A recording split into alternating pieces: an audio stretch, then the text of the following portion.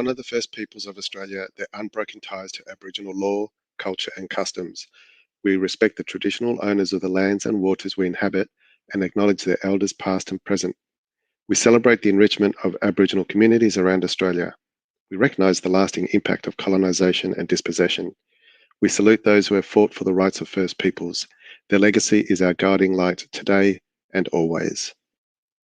I can't take it anymore! Good afternoon, good evening, good day, and good morning, Blurtstars, wherever you are around the world. You are listening to the new Blurt. You absolutely are listening to the new Blurt. Good evening, afternoon, or morning, wherever you may be and wherever you may be listening to this, whether you're watching or listening. G'day to you. Tonight, I'm coming to you from Wurundjeri country, the Kulin nation of the Wurundjeri people. Sovereignty was never ceded, always has been, and always will be Aboriginal land. I am the Kegsta, and aka Keely, of the new Blurt, and tonight we're going to have Beerducation first. It's when Wencee and I will talk about our favourite beers. We need to get into them early because they're getting warm. And after that, we're going to have Blurt Around the World, which is a segment where we have a look at what's going on. And what's going on, we're going to check out the polls in the USA election because they have changed a little for 2 or 3 weeks ago since Biden is not riding anymore. So, we're riding with Kamala now. Anyway, and then we also have some monkey business with some monkeys in Thailand that are causing havoc. We'll have a little bit of a look at that. That's ABC reporting on that one. And there's been a major discovery. NASA's found water on Mars, I believe, and Wencee will talk to us about that one. Nina Kennedy wins her first ever gold in track and field event at the Olympics. And after that, we'll have Chinese takeaway tonight. Wencee will talk about his most succulent Chinese meal moment, which I'm looking forward to that. And I'm looking forward to the show and tell as well. And I'm going to talk about the robotaxis and robobuses in China. It's really interesting. They're getting ahead of America. And I think it's mainly probably because of their health and safety regulations probably aren't anywhere near as stringent as they probably are in America when it comes to killing people in these vehicles. But anyway, we'll look at that a bit more. And then after that, we'll finish off the show with Joke of the Week. That's your show.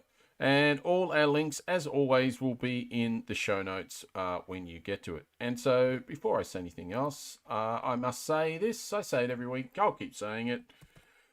Good evening. What's I?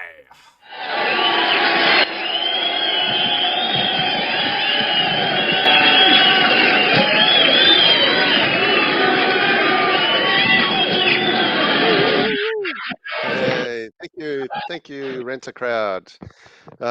Checks in the mail. I'll send it out after this show. Welcome, Mr. Kegsta. But before I do get started, I do want to acknowledge the traditional owners of the land on which we meet today, the Jagera and Turrbal people, and pay my respects to elders past, present, and emerging. How things down in sunny Melbourne?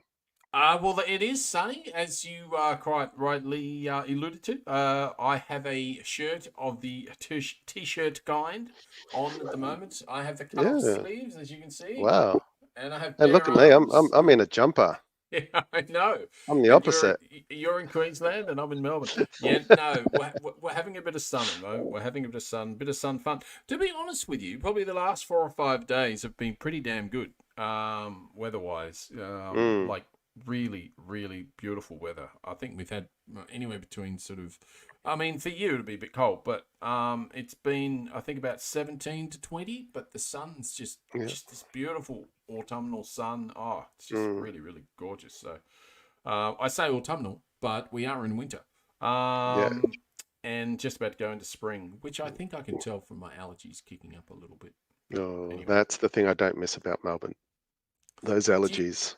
Do you not get that in Brizzy at all? Don't get it up here. Nope. At all? No. Don't get hay fever anymore. Nothing. Oh, wow. So the last time I had hay fever was 11 years ago when I was in Melbourne last, living there. I was going to say, you had it pretty bad too, I remember. Oh, yeah. Yeah. It was bad enough that I'd get cranky by midday because I'd been sneezing and just, sore muscles everywhere. eyes Yeah. watering, Sphincter headaches. clenching. Yep. Yep. It Don't was, miss those days. No, not at all, not at all. But I'll tell you what it would do. It would drive you to drink. I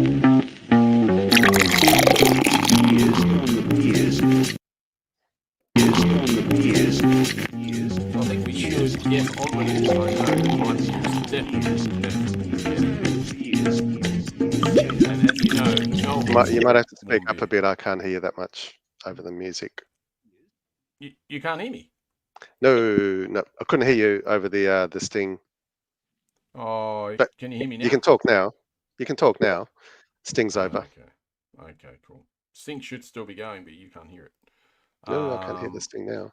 Yeah, no, that's fine. Can you hear it? Just in the background. Yes. Just in the background. Just in the background. There you go. Just in the background. So, would you like to go first with your beer, Wencee? Sure. Of course I can. Always a pleasure to go first in this instance. Yes, I know. It's your all-time favourite segment. It is these days. Closely followed by science, which sort of touching on it in Blurt Around the World later on. I'm going to be talking about a brewery or a beer from a brewery that has come first on numerous occasions over the years in the Gabs 100, the Great Australian Beer Show selection. Yeah. Can't remember if that's correct. Great Australian Beer Selection. I think that's right. Something Beer like shit that, anyway. or something. I don't know. It's something like that. It is something like that.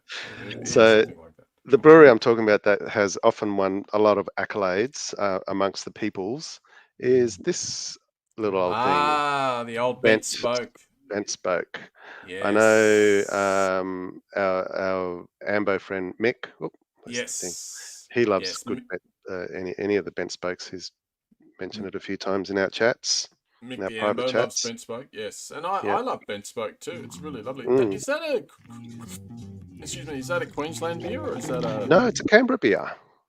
So the Pollies, must love it. You'd think that's be supporting it. So this one's a red nut. So it's supposed to be nice and hoppy. What else can I tell you about it? Not much. They don't really give much away on their website. So all I know is that I have had it before. So I'm going to be a bit biased, I think, because I do love this. Right. It's one you've had before. Yeah. Okay. All right. I've had it more than once before, but anyway. Oh, okay. Fair enough. but never reviewed it. Never reviewed it on this show. So there's a first for everything. Cool. So you got the tasting notes there? I do. I will share that in un momento. Do share screen, do the window, do that one. I think I picked the right one. Did I pick the right one? I think so. No, I didn't. No, you didn't. No, I didn't. I picked the wrong one. The thing is showing. I was going to say what you should do, but you probably won't be able to do that. You should put it in slides, but it's not interactive, is it? So. No. We need the. What do you call it? There it is. I need the ability to type in be interactive with it. Yes. Yeah. Here we go. Yes. So you can see my screen now. I've shared the correct screen this time. See the screen. Yep, definitely. Awesome. All right. So here goes the red. So what's our first one? Smell. No, appearance. Appearance. All right. Transparent at the moment. Transparent. Oh, God. There's the nozzle, the hole. Why is my camera so... I should have checked this earlier. There we go. I think that's a bit better. Okay. All right. Forgot to check my camera angle. All right. Okay. Now it's pointing at me. All right. So here we go. Got a nice red coming. Nice. I'm going to let it develop a big head because we know that releases a lot of the aromas and whatnot. So as you can see, it's very caramelly. Can you see that in the... Yes, I can. Yeah. From my angle where the light's right behind it, it's got a very reddish brown tinge. So I've always loved the look of this one. It's quite sweet looking. So I'm going to give this one a 9. Oh, no bias there at all. No bias at all. Off to smell. It's like, oh, I remember that smell. Oh, I remember that so well. Good to see you, brother. Can't wait to taste you. Bit gross, but sorry. No, it's very citrusy. Oh, really? Yeah, I can smell a bit of citrus. I'm not sure if it's meant to, but that's what my nose is telling me. So I smell, I'll give it an 8. An 8. Okay, beautiful. All right, straight to the taste. Out of 30. Straight. There we go. That's what we want to know.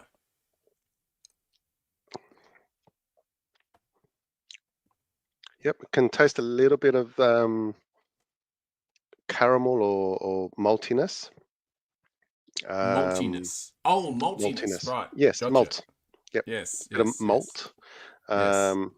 It's not very abbotty, so not very bitter. Okay, that's good. So that's good. There, you can taste it lingers, so that probably will come into the next category. But the taste, I would give it a 26. The more beers with less Abbott, the happier I am.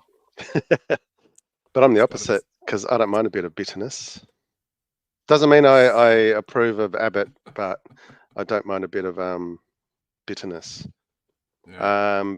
But like I said a moment ago, a bit of the bitterness does linger around in your mouth, and getting a bit more of that caramelly taste as well. So it does linger, and that's only on one sip. So I'm going to give it a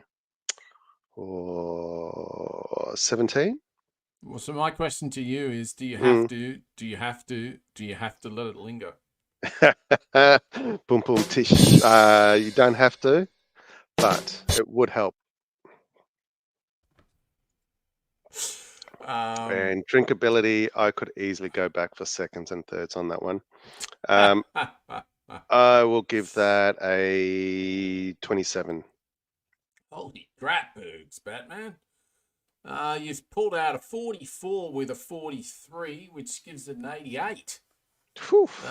87, I should say. 87? 87. That's nice. One of the highest I think we've had on this show. It is one of the highest. I don't think it's the highest. It might be equal highest. I was looking at some of the other reviews just earlier today, and I do remember seeing an 87, maybe an 88. So I have seen some high ones. Yours. I'm sure they No, you had a few. You had a few up there in the mid to high 80s. So okay, all right. They're few and far between, though. Well, yeah, I would have thought so. Don't have to rub it in. I have this one that I'm trying to get out of the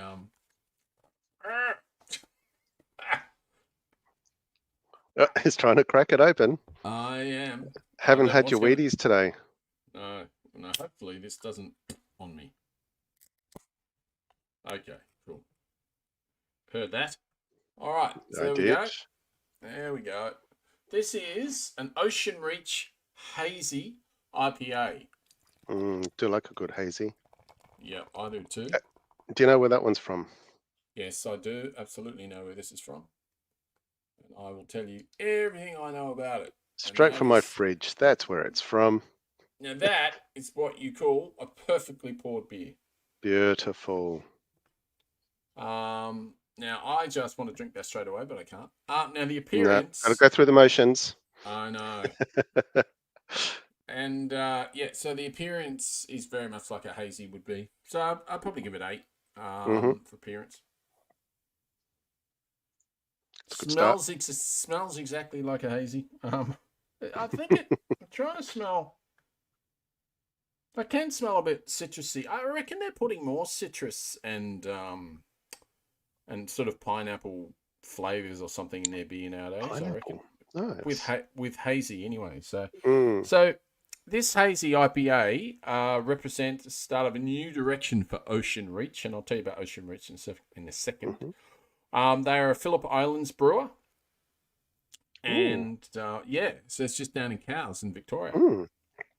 and they've got a nice little place there where you can get some, get some burgers and get some tasting, and it's right on the front part of the beach. I can see exactly where the little shop is, and I think I know where it is. In Cows? In Cows, yeah, it's right. Okay. It's like Near it's a really the good place pier? to have it. No, not near the pier. It's near where all the shops are that are sort of away from the beach a bit. You just sort of walk down and you're sort of there. So it's it's a nice little setup they've got, and they have a food van that comes down and blah blah blah. But anyway, the Hazy IPA isn't just about a fresh look. The double dry hopped beer, truly modern core range member, thanks to it being as bright and as vibrant as it can. Tropical notes of passion fruit, pineapple, mango, which are joined, stone fruit, and zesty orange, making for a fruit forward with a lush and soft finish. It's hard to believe you're actually talking about a beer, but anyway. I know, all those flavors. I don't know how they come up with those flavors, and because I can never smell them all or taste them all. Now I gave you appearance. I gave you 8 smell. I Yes. gave you 8 taste. I'm going to give you.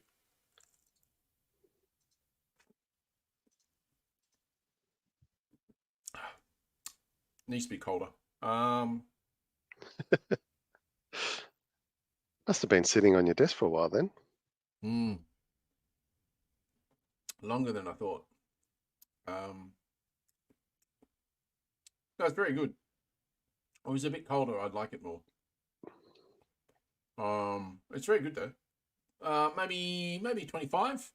25. Is that in its current state, or if it was colder, would it be higher? I think if it was colder, probably up to maybe 26. All right, I'm going to give it 26. I'm going to say let's rate it on on its potential. Yeah, okay, that's fair enough. In this case. Well, no, that's fair enough. It's been out of the fridge for an hour, so. Oh, geez. Okay, an hour. Yeah. Yeah. So it's even, but I had it in a little stubby holder. Stubby cooler or holder. Yeah. Yeah, and that held quite a bit of the cool, but still, it has warmed up a little bit. Aftertaste.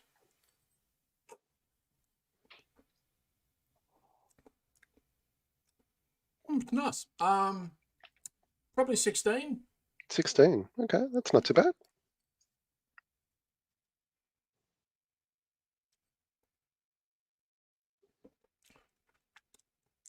Yeah, a bit colder. Be very good drink wise. I'd say probably 25, 26, something like that. I'm going to give it the highest. Okay. Gives us a grand total of, that's pretty good, 84. Yeah, I mean, pretty much anything over 80 is a nice beer, and it is a nice beer. It's a very nice beer.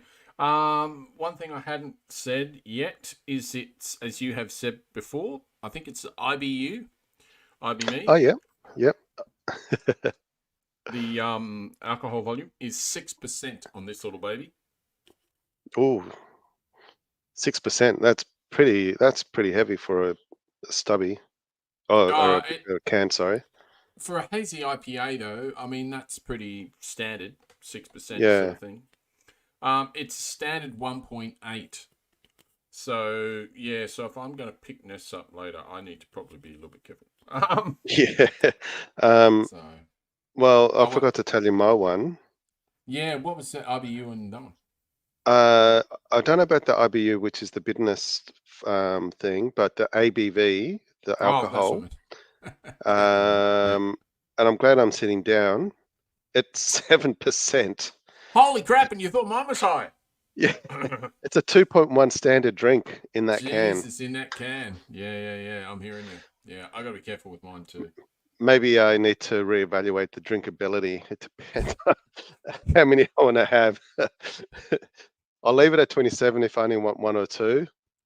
Yeah. The drinkability, if I'm going to get plastered, maybe a 20. Well, yeah, it's going to go down. It's going to go down for sure. It's going to go down. But that's that is Beerducation, and I think what we'll do is we'll just very, very quickly just go to a break after Beerducation, and then we will come back with some abattoir, I think. Abattoir. The Australia Institute produces high-quality research that has real-world impact, whether it's revealing the $10.3 billion in fossil fuel subsidies provided by federal and state governments last year, or our long-standing research advocating for a federal anti-corruption commission with real teeth. We change minds. To donate, head on over to australiainstitute.org.au. When you give blood, you're more than just a blood donor. You're the lifeblood of Australia. Search Give Blood and book your donation with Australian Red Cross Lifeblood today. Give life. Give blood.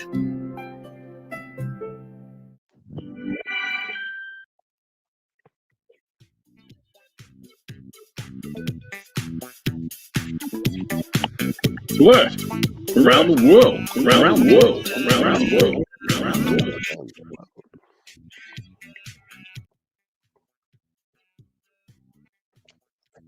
So yes, it is Blurt Around the World, and you may go first, my friend, because you've got a lot going on. Okay. All right. Is that a bit too loud, maybe? Okay, that's a bit better. Okay, I'm going to start off with a great discovery that's just been announced in the last day or so. NASA's Mars rover or lander called InSight has been on the planet for 4 years or so, and it's been detecting Mars quakes. So same as earthquakes, but all the quakes that happen on Mars. And it's detected well over 1,300 Mars quakes in that time. And seismologists, as they do here on planet Earth, have discovered what they believe to be water, various lakes buried 11 to 20 kilometers below the surface of the Mars surface. Yeah, so that's quite exciting to hear. Question will often be raised. Planning to live there anytime soon? Yeah, exciting? Well, it's exciting because I'm sure there'll be questions. Can we, as humans, extract that water? I thought you were going to say swim on Mars. Yeah, good luck doing a dive down 11 kilometers below the surface. That'll be quite interesting to go find the caves and get that far down. Wouldn't the gravity, though, not allow you to do that anyway? It is a lesser gravity there, so yeah, I don't know how that works. If you go there with as a human, like on the moon, obviously, I think it's 1/6 of the gravity, Earth's gravity, so you bounce a bit.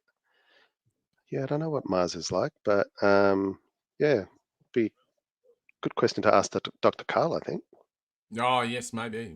So, okay, so they found water on Mars. What's their next plan? Keep researching them to see if it definitely is water, because they're inferring that it is water based off those seismic quakes, just like they do on Earth. It's even with our current technology, it'll be very difficult to drill down 11, 12 kilometers into the surface, from the surface down, and try to extract that water. So yeah, so there'll be more research, obviously, to determine what to make sure it is water and what comes of it. There's suspicions that there may have been life at one point on the planet.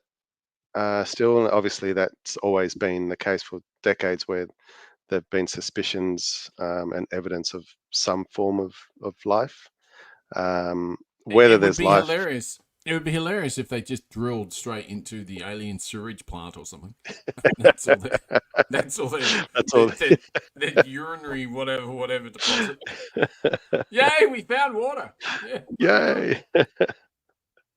Yeah, it would be funny. But yeah, we'll see what happens. I'm not too sure exactly where they're going to with this, but yeah, there's definitely going to be more research to make sure it is water. So I thought that was quite exciting. It is. That is pretty cool. And something else that's pretty cool is Nina Kennedy won her first ever gold in track and field event. Do tell Wencee. Not just hers, but Australia's first ever track gold. So we've never won a gold. We've won medals, or in women. So she's the first woman Australian woman to win gold. So she did it by jumping She had an early miss at 4.7 meters, and then she successfully jumped 4.8, 4.85 meters, and then she jumped 4.9 on her first attempt, which got her the gold. So she, she Is was the this first one to ever win it. high jump or High jump, pole vault. pole vault? Pole vault. Sorry, forgot to mention. Yes, she won it in the pole vault. And remember how last week we were talking about the men's and they were jumping considerably more. I think it was 7 or 8 meters, 9 meters even. Yeah, so it's considerably more. Oh, this one less in this case. Yeah. No, I get that, but still, 5 meters is a long way up. It sure is. I actually have the video here, and I'm sure this is going to get copyrighted when our stream goes up to YouTube. But you'll be able to hear. Yeah. All right. So I'm going to press. Just before you do that, I just wanted to say I was looking. I think it was last week. I was looking at the medal tally, and I know that I think Australia finished with about 20 gold medals or something. Just under that or something. But anyway, at the time, Australia had 13 gold medals. Of those 13 gold medals, 11 of them were all won by the women. Yeah. Amazing, isn't it? They have done so well in the game. And it's interesting. It seems like our women are taking over the world and everything they do, whether it's cricket, soccer, or like the Olympics, but the men, I don't know. The men are just going to sleep. I don't know what's going on. Yeah, they have. The girls definitely have done us very proud in the Olympics. So good on them, and I'm sure we'll do just as well in the Paralympics. That starts in just under 2 weeks.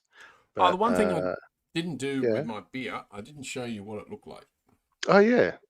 So there you go. Oh, it's nice and simple. Yeah, very simple. Ocean Reach.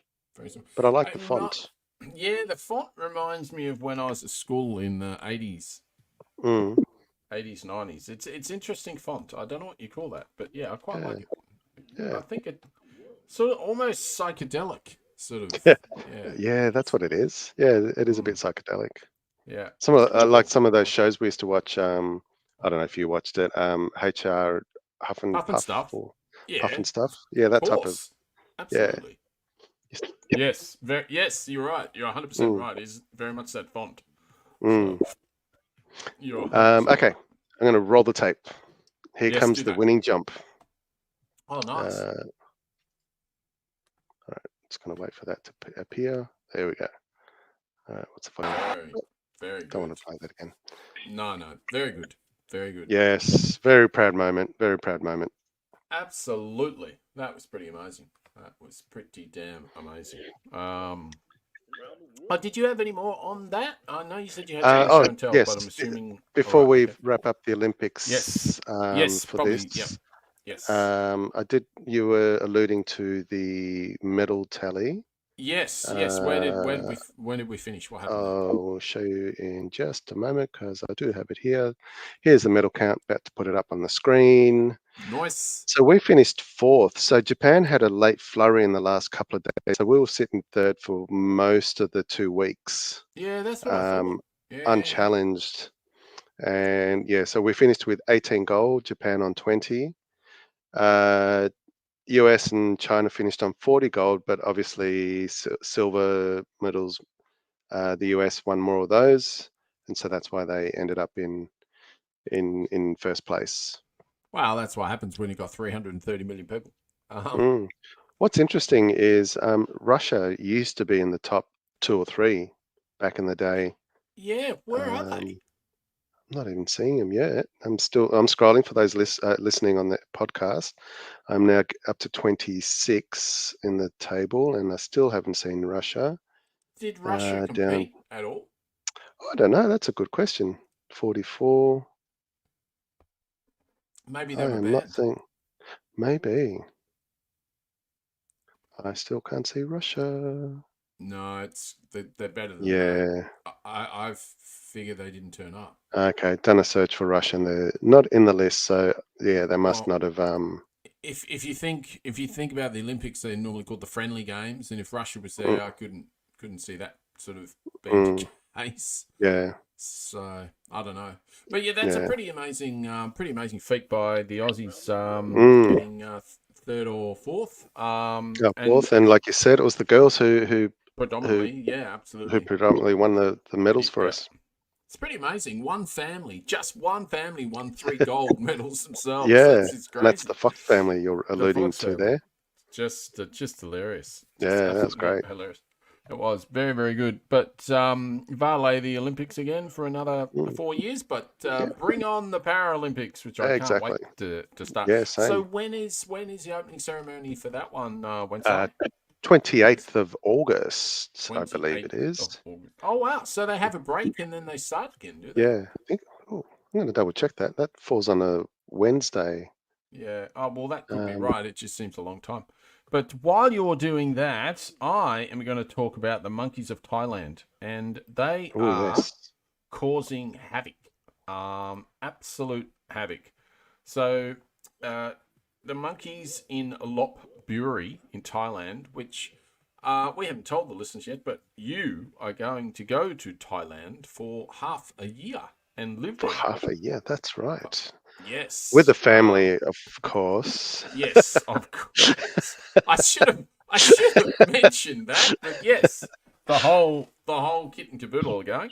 Pretty much. And if there's any chance that we can get there, we'll obviously make that chance, but I can't guarantee anything at this stage. But if we could, I would love to make it happen. It sounds like I might have some visitors if you do go, because there's already 2 guys at work who are talking about going to Thailand to visit while I'm there. So yes, it might be the Mr. Wenceslaus Thailand tour group. Extravaganza, I can see that being the case. And according to this, hopefully we don't need to fight the monkeys off.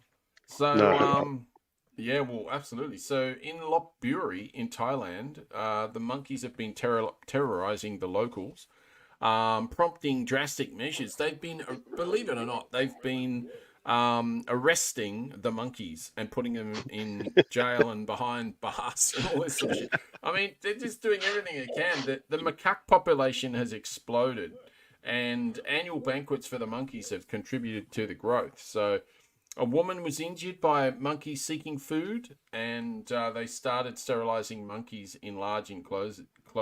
It's funny, but it's sad, and it's also dangerous. So it's got all the sort of rings of emotion there, sort of thing. The situation intensified when some captured monkeys escaped and raided a police station. The growing number of aggressive monkeys have led to the creation of an anti-monkey unit. About 30 monkeys escaped their enclosure, stormed a police station. Police were using unloaded slingshots, but the monkeys are so smart that it didn't take them very long to realize there wasn't any bullets in those slingshots. Yeah. So they just kept being bolder and actually coming down and trying to steal the weapons while they were trying to use them. Were the monkeys going, saying, "If you have some poo, fling it now"? Yes, I think there was a lot of that happening without a shadow of a doubt. This is pretty bad. There are approximately 4,000 monkeys in Lop Buri, overwhelming the police. Yeah, that's a lot of monkeys. So even local schools have been targeted by the monkey gangs, leading to significant distress among the students and staff. Monkeys have stolen damaged expensive items like AirPods and iPads. The students are advised not to make eye contact or walk alone to avoid attacks. Monkeys are very good drug... No, don't say that. The monkeys have contaminated the school's swimming pool. That is not good. That is really, really bad. Are they fast enough to represent Thailand in the Olympics, though? That's a great question. That's a very, very good question. And I think we need one of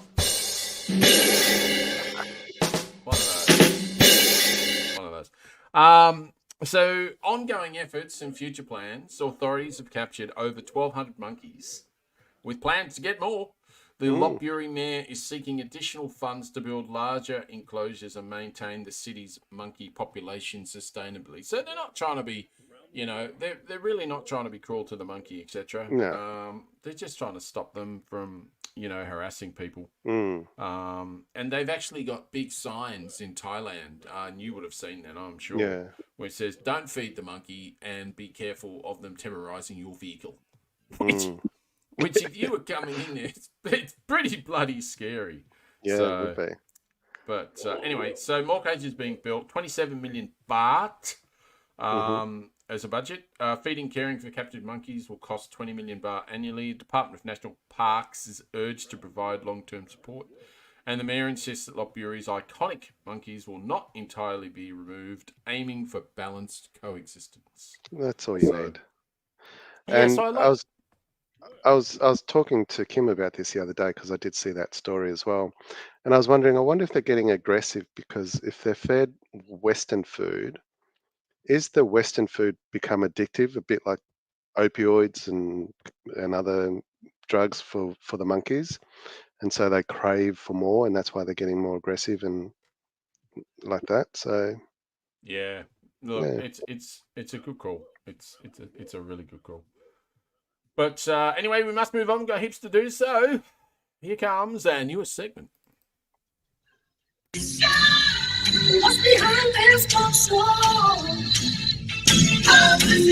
Welcome to our newest segment, Pole Position. It is our newest segment, Pole Position. And it's all about what the heck is going on in America at the moment with the polls. Everyone's, who's anyone, is basically checking what the heck is going on in America with Kamala Harris and Old Orange Head. And as it says in the title, he's definitely seeing red. All the polls have totally switched around from 3 or 4 weeks ago. He's very, very upset, and he keeps banging on at his rallies about how upset he is that Biden isn't running against him. And in some parallel universe, he's going to come back and he's going to take over. He's just on drugs or la la la. Yeah. I don't know what he's on, but anyway. Old age, I think. Oh, yes, without a shadow of a doubt. Vice President Kamala Harris. I think I said that right. No, Kamala Harris. Jesus. Kamala. Has replaced President Joe Biden. I've got to remember Karma. Joe Biden as Democratic candidate, etc., etc., etc.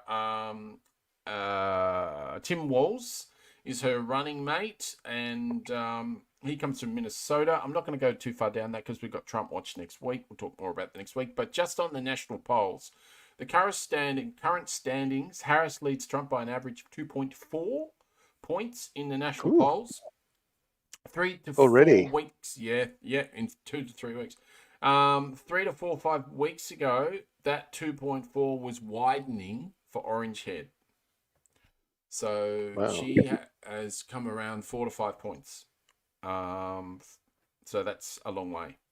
And the things that are really important is that while Harris maintains a slight lead, the race is tight, blah, blah, blah. Battleground states, Arizona, Georgia, Michigan, North Carolina, Nevada, Pennsylvania, and Wisconsin. The volatility, the polls in these states are unpredictable, but saying that, there's been a New York Times and a Siena College poll. New York Times Siena College poll, which is usually meant to be one of the good polls. ones. Yeah, absolutely. It says that Harris leads by 4 points in Michigan, Pennsylvania, and Wisconsin, according to that poll. But in Georgia and North Carolina, Trump holds a 3-point lead as per the YouGov poll. Interesting thing about that is, for all intents and purposes, if she wins the states we sort of expect her to, and she wins Michigan, Pennsylvania, and Wisconsin, well, pretty much that's the election right there. So if she can get those 3, I don't think she needs Georgia or North Carolina. So I don't think that matters. But because Pennsylvania is worth 19 votes, 19 electoral college votes, Right. Okay. So that's quite a big one. Well, North Carolina and Georgia aren't worth as much as I think Georgia and North Carolina together, I don't think are worth as much as Pennsylvania by itself. I think I'm seeing 16 for North Carolina, 16 for Georgia, Pennsylvania's Oh, 19. right. Yeah, Pennsylvania is 19. Yeah. Okay, cool. So those two. Okay, and what's Michigan? Have you got Michigan? Michigan is 15. Okay, cool. Yeah. So Michigan, Pennsylvania, and Wisconsin, if she gets those three, should be okay. Should be okay. But anyway, long way to go. The demographics are Trump supporter base, mainly male. Who would have thought? 45 to 64, and white voters without a college education, which is unfortunately quite obvious, especially when you hear any of them speak. Harris' support base is young voters and female voters and black voters. And with black voters, she's got a 68-point lead. So that's unassailable. 68-point lead. Yeah, 68. Woo. Yeah, that's unassailable. He will not 5 points, not 10 points. No, 68. Wow. Yeah. Yep. Yeah, absolutely. I mean, he's just come out and said, "Are you black again?" You know, I mean, I know. seriously. Who in their right mind would say that? Because obviously he's not. You did say right, yes. Yeah. Right was the operative word in that sentence. But anyway, so challenges for Harris. Harris is viewed positively in terms of intelligence, temperament, and empathy. However, Trump is still perceived stronger leader by many. I think that's total bullshit. I really don't really care about the rest of the article. It's more about where the polls are at the moment. So poll position for this week, 2.4 on an average. And as I say, across Michigan, Pennsylvania, and Wisconsin, she's up by 4 points. So that's a good result at the moment. So we're going to keep track of this every week, are we? Yeah, I think so. I think we will. When we're not doing Trump Watch, I think we'll keep track of it. Okay. Sounds like a plan. Because otherwise, it's just got too much going on. So, talking about too much going on, I reckon it is probably time. I don't know. Are you peckish? I think I am. All right. I think it's time for a bit of Chinese takeaway. I like Chinese. I like Chinese. Welcome to Chinese Takeaway. So if you've ever listened to our Chinese takeaway segment before, it's all about taking something away from China. And in this case, I'm talking about robotaxis and robo-buses, because in China, they have quite a bit of testing of automated vehicles, autonomous vehicles, if you like, i.e. no drivers. And at least 19 Chinese cities are currently running tests for robotaxis and robo-buses. And I do have a little video, so I'll play that at the end.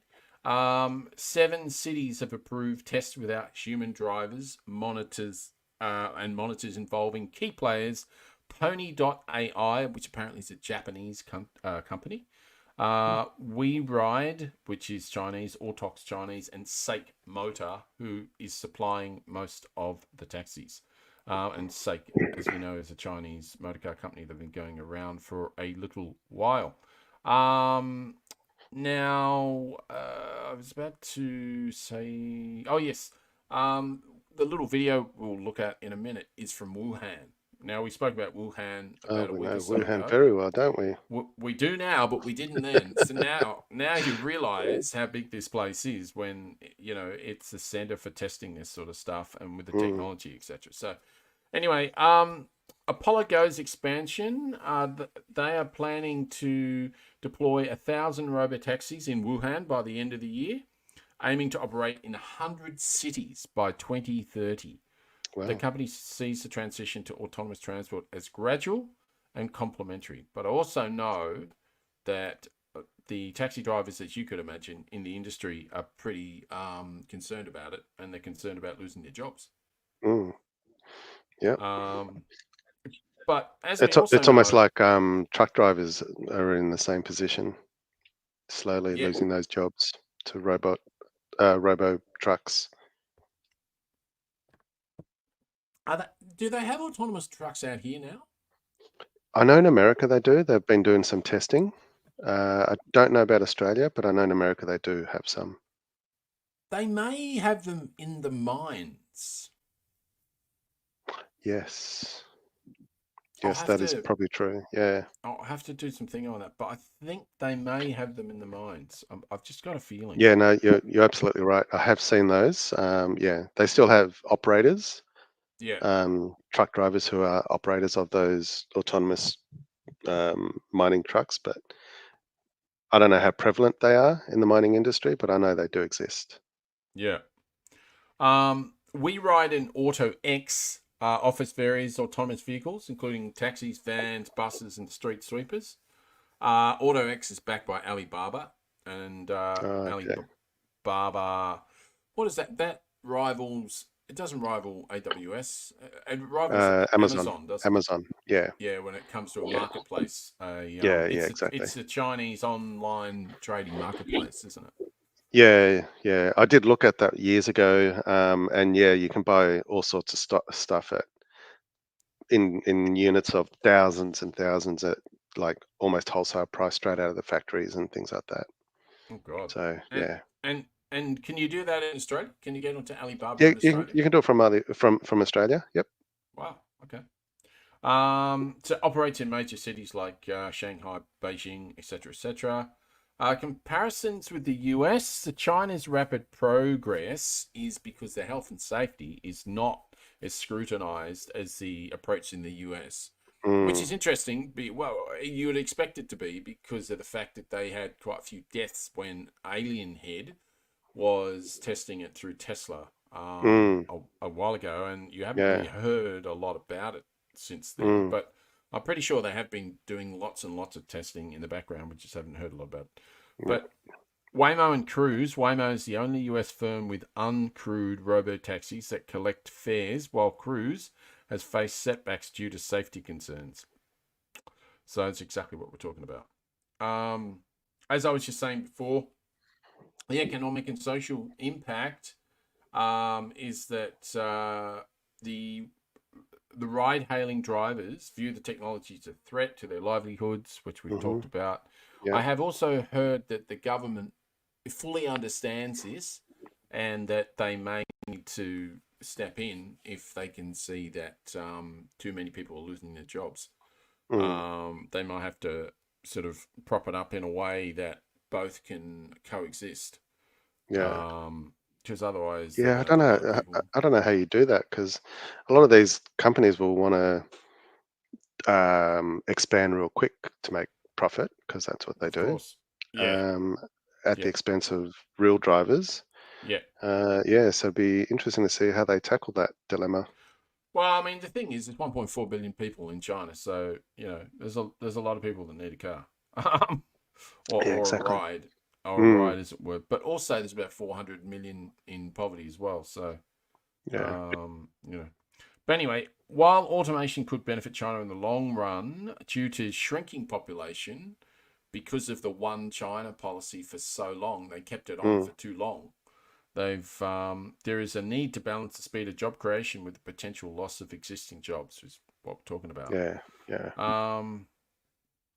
There's been a driving school that's embraced the automation, and it's now reducing its number of instructors, and using the technology like computer instruction tools and virtual reality simulators to train their students. This shift has reportedly improved efficiency, pass rates, and safety awareness. So there you go. Interesting. Yes, so that's what's in China. And as I say, I do have a little show and tell, so just bear with me and I'll show you. It'll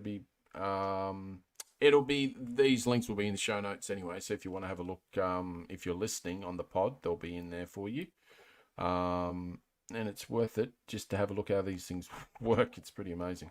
Okay, here we go. Let's see if we can just get this all sorted. China is speeding ahead of other countries in letting robotaxis take to the streets. The autonomous cabs are now a common sight in the central city of Wuhan. Autonomous driving has just been launched. Run by tech giant Baidu, they don't have any human driver. though a service assistant can always be contacted. All that puts China not only at the cutting edge of technology, but also social change. Taxi drivers Reuters spoke to, but weren't allowed to film, said the robots had taken a big share of short-distance trips and were hitting their incomes. With Baidu planning to expand to 100 cities by 2030, that has cab drivers across the country worried. In Beijing, Jun Tianqian at the Economist Intelligence Unit says officials will be watching very carefully. The government will increase its intervention in the market by, for example, limiting the quotas of robotaxis on the road, for example. And it is probably also will be stepping up its support for the employment of those drivers that could be losing their jobs. It's not just taxi drivers that are worried. Robots are also taking over as driving instructors. At this driving school near the capital, they started automating instruction in 2019. Most students now opt for robot teachers, and pass rates are said to have risen. Manager Zhang Yang says the school already needs fewer instructors as a result. Regarding labor costs, there are definitely savings. With our current training model, students learn independently of instructors, which also elevates the ability of students to learn on their own. During training, instructors play a supporting role, while our AI system in the car gives key training and operation pointers, so the instructors assist students in their learning. This significantly reduces the ratio of instructors needed. In June, China gave 9 automakers approval to test advanced driverless systems on public roads. Then, last month, it published draft regulations for their use in public transport and ride-hailing. With a slew of local testing projects now underway, the rise of the robots looks very unlikely to stop. Interesting. So there you go. I'll tell you what, though, I reckon that guy must have been AI. Surely that was AI. Surely. Maybe one of the rules they could come up with is maybe these autonomous taxis can only take passengers short distance, because a lot of human drivers don't like short distance because it's too short, not enough of a fare. That's true. That is very true. So maybe set a limit 5Ks or under. They're all autonomous. Anything over is human. That's a really good call as well. Yeah. I like that. Yeah. I like that. Nearly as much as what I think I'm going to like in your segment of Chinese takeaway. So go for it. All right. Now, I'm sort of going off on a different angle here. Off-piste, as it were. Yes. So it's still Chinese related. Off-piste and on-piste. Yes. So it's to do with a meal. I'm not sure if you've ever heard of this succulent Chinese meal that's been doing the rounds on the internet for the last 15 years or so. It was born out of an arrest of a gentleman by the name of Jack Carlson in 1991 in Fortitude Valley here in Brisbane, and I only learnt about this from a work colleague who's a millennial when he told me about the succulent Chinese meal, and I went, "What are you on about?" And he said, "What? You've never heard of the Chinese a succulent Chinese meal?" And so he proceeded to show me this video, and so I'm going to play the video, and I'll tell you why I'm talking about it in a minute. Okay, cool. So, excellent. All right. Get your your laughing bones out, or I don't know what the term is, but yes, get ready for a bit of a giggle. Get your laughing gear around this. That's it.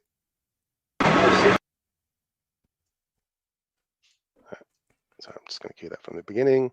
All right, so this is the gentleman, Jack Carlson, 1991. Okay. So the video quality for those who are watching or listening is very poor because it is 1991, so the video quality is not so great, but here we go. Yeah.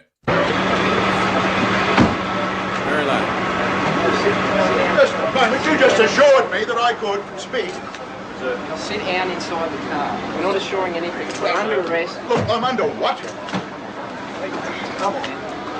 Gentlemen, this is Democracy Manifest. Have a look at the headlock here. See that chap over there? Get your hand off my penis! This is the bloke who got me on the penis before. Why did you do this to me? For what reason? What is the charge? Eating a meal? A succulent Chinese meal? Oh, that's a nice headlock, sir. Oh, yes. I see that you know your judo well. Good one. And you, sir, are you waiting to receive my limp penis? Now, get your hands off there. Ta-ta and farewell. One cup, look. They've been hilarious. So a little bit of background. He was in a Chinese restaurant in Fortitude Valley, or the Valley as we call it here in Brizzy, and he was eating a meal with a friend, and he got arrested for credit card fraud. And so apparently, when the police took him from the restaurant, he went very calmly and didn't resist or anything as they were walking out. As soon as he saw the cameras all out there, he acted up. He acted up, and he acted because he's a thespian, so he's an actor or wannabe theatre actor. He did have a litany of criminal activity prior to that arrest. He'd escaped prison. He was detained and he was going from Boggo Jail, which is in close to the city in Brisbane, no longer there, but similar to Pentridge. Yeah. So think of Pentridge in Melbourne. It's pretty bad. Yeah, Boggo Jail is pretty bad. So he was getting transferred from there to Maryborough, which is a few hours north of Brisbane, by train at the time, and he managed to get himself out of the handcuffs and escaped. He's been arrested in Melbourne, Sydney. He impersonated a detective to escape a court that he was going on for trial. He'd been in prison for many offences and things like that. This guy deserves a trophy of some kind. He does. So sometime in 2009, that video got uploaded and ended up being turned into various memes. I've got a few of those memes. Got a few memes here lined up. Okay. Yep. All right. So. Blast it all. Good idea. We're dynamite. Save time. Yeah, what's the charge? Eating a meal. A succulent Chinese meal. Oh.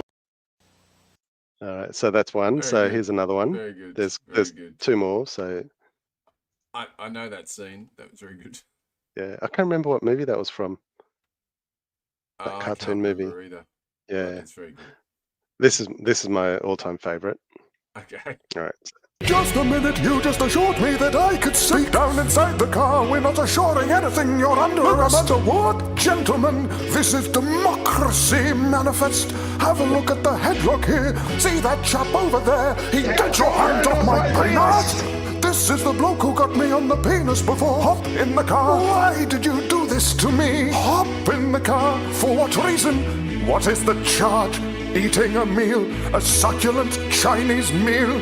Oh, that's a nice headlock, sir. Oh, yes, I see that you know your judo well. Good one. And you, sir? Are you waiting to receive my limp penis? How dare get your hands off me? Ta-ta and farewell. One cuff, look, they even broke the cuff. I think that's the end of that one. And this is the third and final one that I've got. So this is Resistance coming up. Okay. Yeah. All right. Master wouldn't do. Scene from Star Wars. Grievous has been destroyed. I must say you're here sooner than expected. In the name of the Galactic Senate of the Republic, you're under arrest, Chancellor. For what reason? What is the charge? The Senate will decide your fate.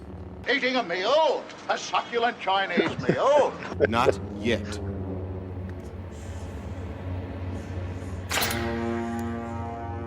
Are you waiting to receive my limp penis? Get your hand off my penis! So, for those who are listening, that's a scene. I think Senator Palpatine, I think his name is, who's being arrested by the other characters. So, Very good, So- very good. Well, so, you've taken Chinese takeaway totally. You went 100%, 180-degree different direction. I did. And well done you. Well done you. And That's the what I've got reason to say. the reason why I brought it up because sadly last Thursday he lost his life. I was gonna say. due to prostate cancer. Oh no. Yeah, so when we found that out, this colleague of mine at work and I decided we'd go have a nice succulent Chinese meal in his honor for Friday lunch. So we took a number of other colleagues as well. So, yes, that Nicely is done. my Nicely 180-degree turn for Chinese beautiful. takeaway. And what's his name? What's his name? Jack Carlson.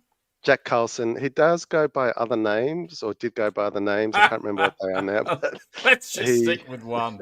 Let's just stick with one. Valet Jack Carlson from the Yes, New Blurt. Valet.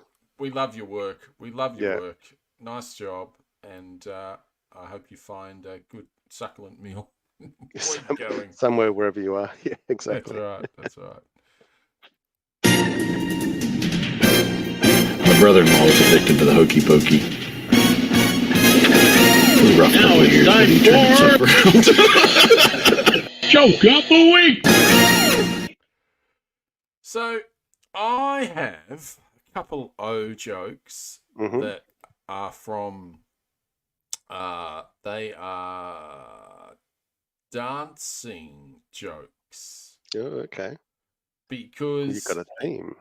Well, I do have a theme because it's sort of in the I can't find the word I'm looking for, which is really annoying when you're live on podcast. It's representing Ray Gun from the Olympics. Okay. And her This is dancing prowess. antics. Yes, definitely. So I have. Well, I've got a few jokes here, but I do have. Just have to find them now. I apologize. Bear with me. Oh man, that succulent Chinese meal, that's going to stay with me till I die now. That's, I had to introduce you to it if you hadn't heard of it, and I'm glad you hadn't, because now, yes, you'll forever be laughing every time you hear that. You know where it comes from now. Yes. No, that's extremely funny. I very much enjoyed that. That was very, very good. Now, just bear with me because I am just padding here slowly. So, what do you call a dance party for chickens? A dance party for chickens? No clue. A poultry in motion. Dear.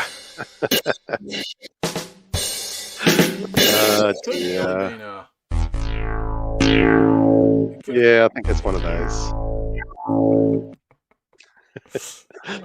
What you got? Okay. My girlfriend borrowed $100 from me. After 3 years, when we separated, she returned exactly $100. I lost interest in that relationship. Oh my god. Yeah, it deserves that. How do you make a tissue dance? Oh, I might have heard this before. No clue. Put a little boogie in it. Of course.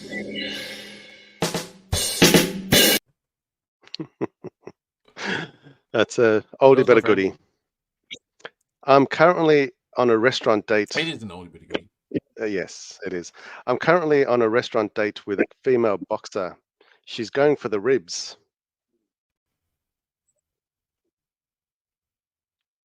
You don't get it? She's a boxer. She's going for the ribs. She's ordering ribs. Pork ribs. Yeah, okay. Deserves that. Oh, yeah, okay. I saw a dancing octopus. The other day. This is quite good. I like this. It was an 8-step program. Oh, say that again.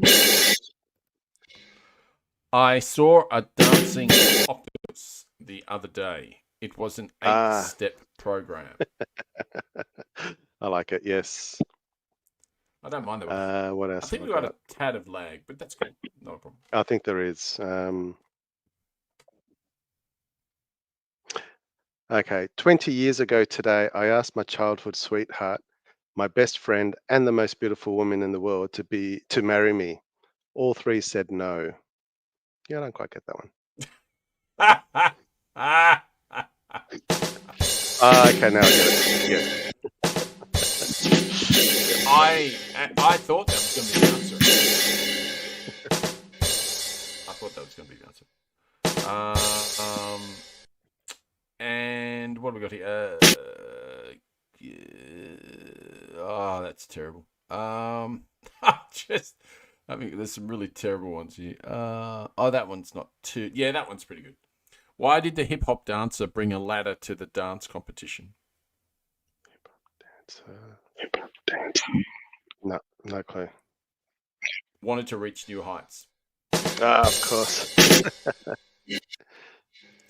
I don't mind that one. That's all right. That's okay. I got to find a good one to go out on. Okay, so my wife is so negative. I remembered the car seat, the stroller, and the nappy bag.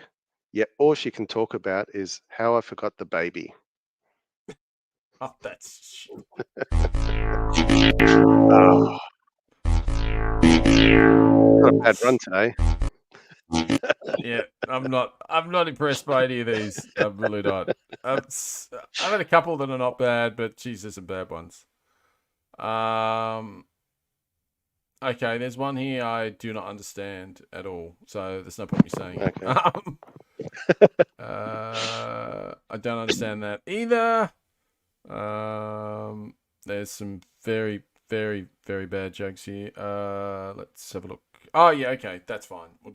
I'll finish on that one. I'll finish on that one, and I'll get this happening, and away we go. What's that? You're going or me? I am. No. We're all good to go. Just cracking on. Did you hear about the dancing broom? No. It swept the floor at the competition.